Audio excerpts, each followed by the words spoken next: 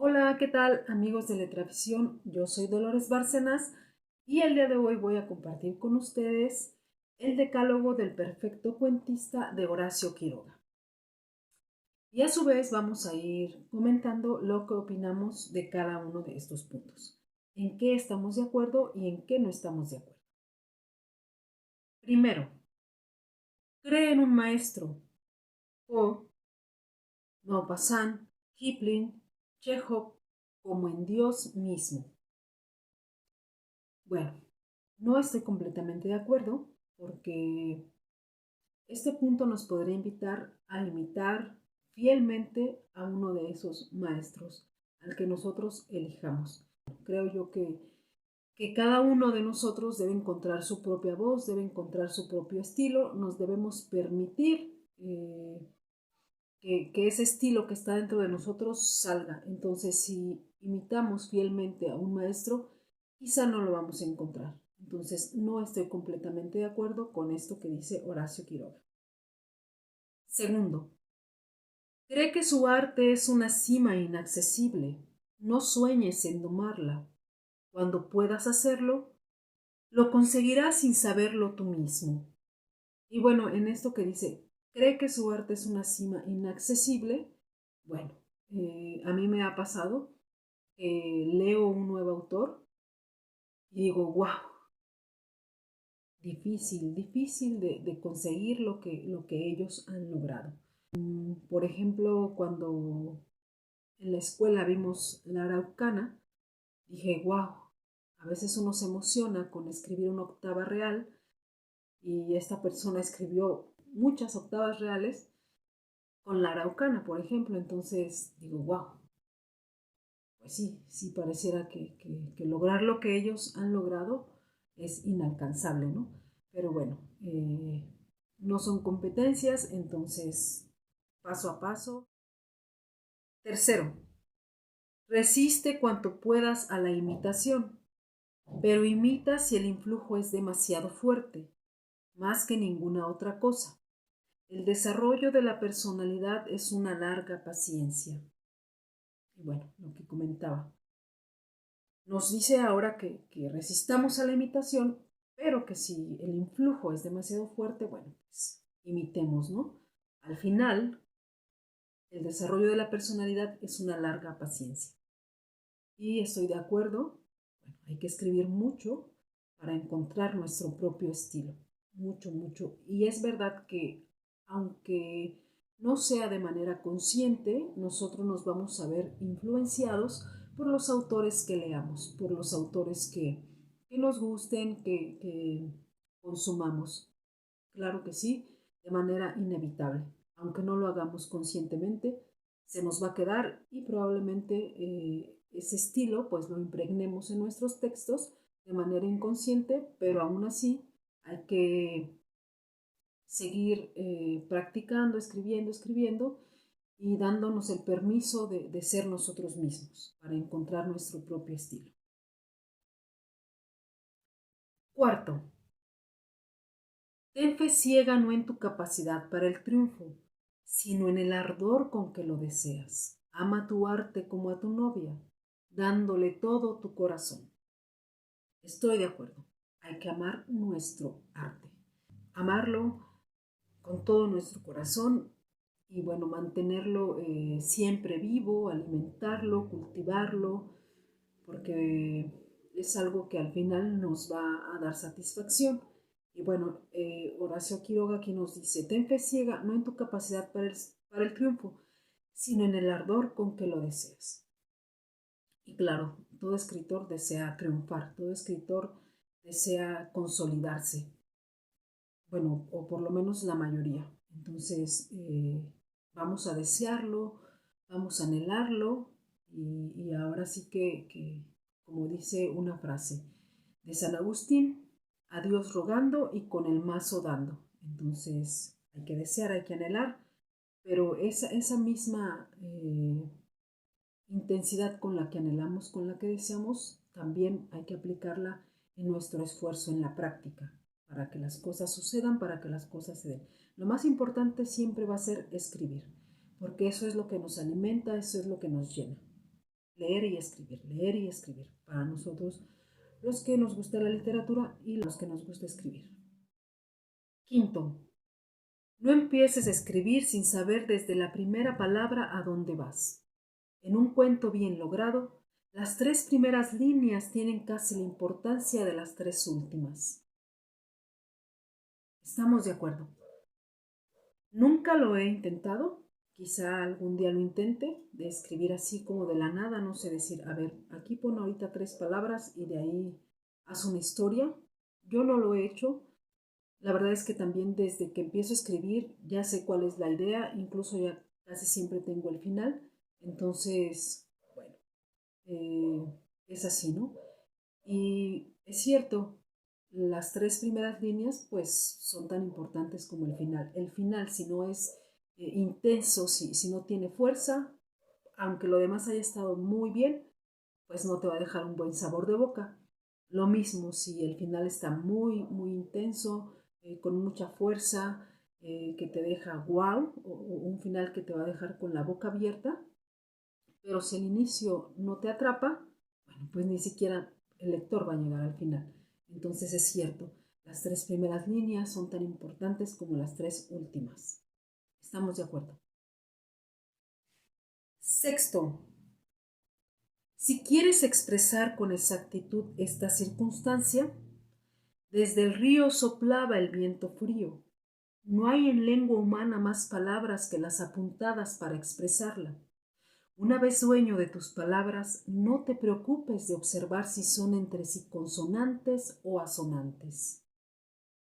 Totalmente de acuerdo. A mí me ha pasado que me hago líos, me hago bolas tratando de escribir algo y digo, bueno, nada más descríbelo tal cual es el hecho que tú estás imaginando, así, o sea, no tienes que rebuscar, no te tienes que preocupar, como aquí bien lo dice, si es consonante o asonante. Estamos hablando de cuento, pero creo que también aplica para la poesía, sobre todo este aspecto de consonante y asonante.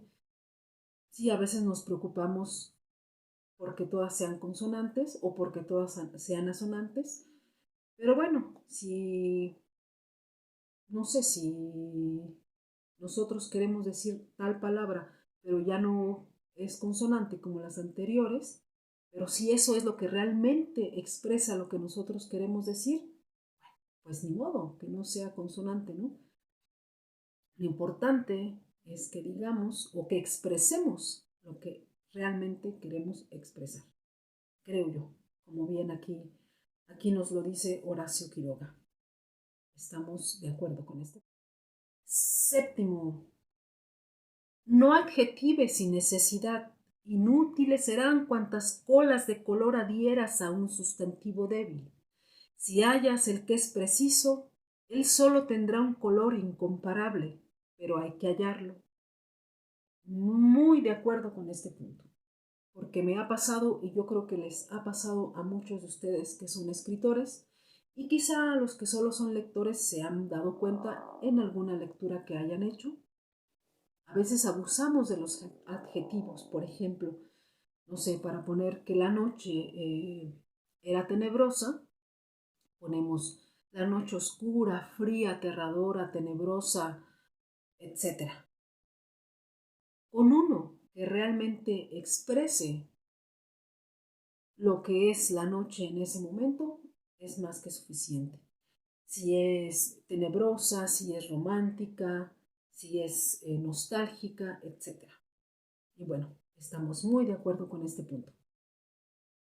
Octavo, toma tus personajes de la mano y llévalos firmemente hasta el final, sin ver otra cosa que el camino que les trazaste. No te distraigas viendo tú lo que ellos pueden o no les importa ver. No abuses del lector. Un cuento es una novela depurada de ripios. Ten esto por una verdad absoluta, aunque no lo sea. También estoy de acuerdo.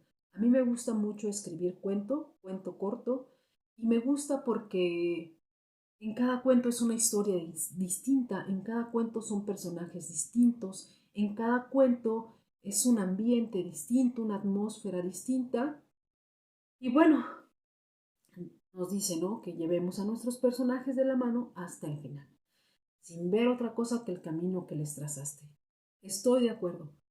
La novela pues sí se presta más para ir metiendo muchísimas cosas y sacar un hilo de aquí, irte por allá y así sucesivamente, muchas vertientes, pero el cuento no. El cuento es muy conciso, muy así, ¿no?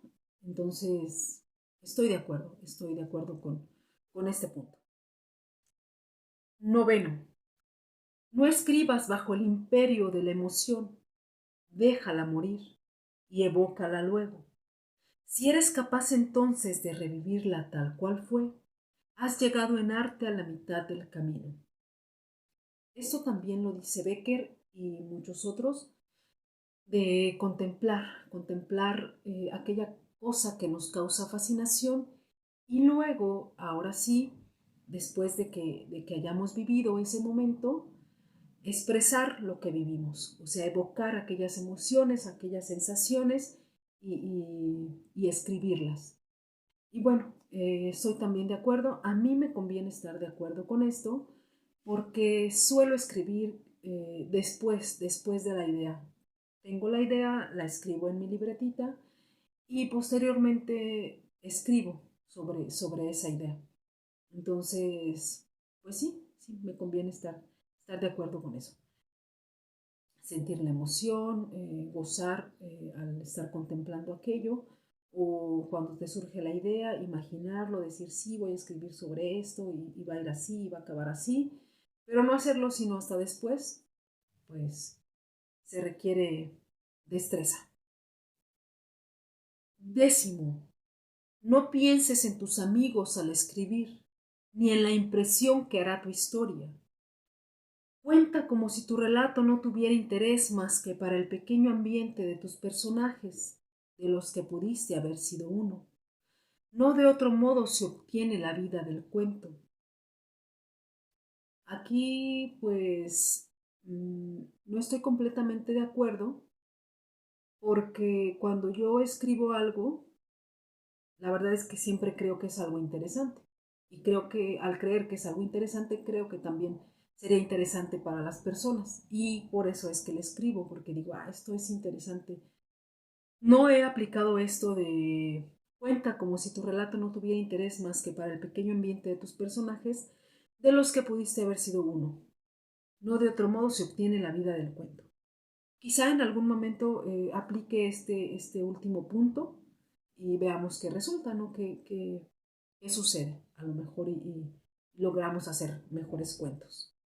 Pero bueno, en este punto, pues estoy de acuerdo en que no busquemos la aprobación o no estemos pensando en impresionar y que por eso escribamos de tal o cual forma o de tal o cual tema, sino porque realmente es algo que a nosotros nos gustaría escribir, pero creo yo que cuando pensamos en escribir algo es porque creemos que va a ser o creemos que es interesante.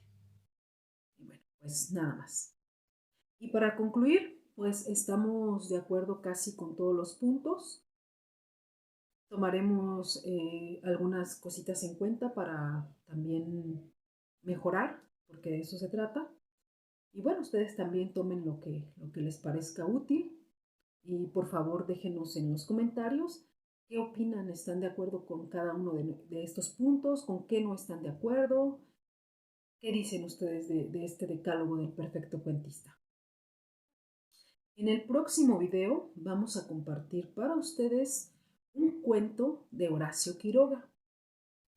Horacio Quiroga es fenomenal.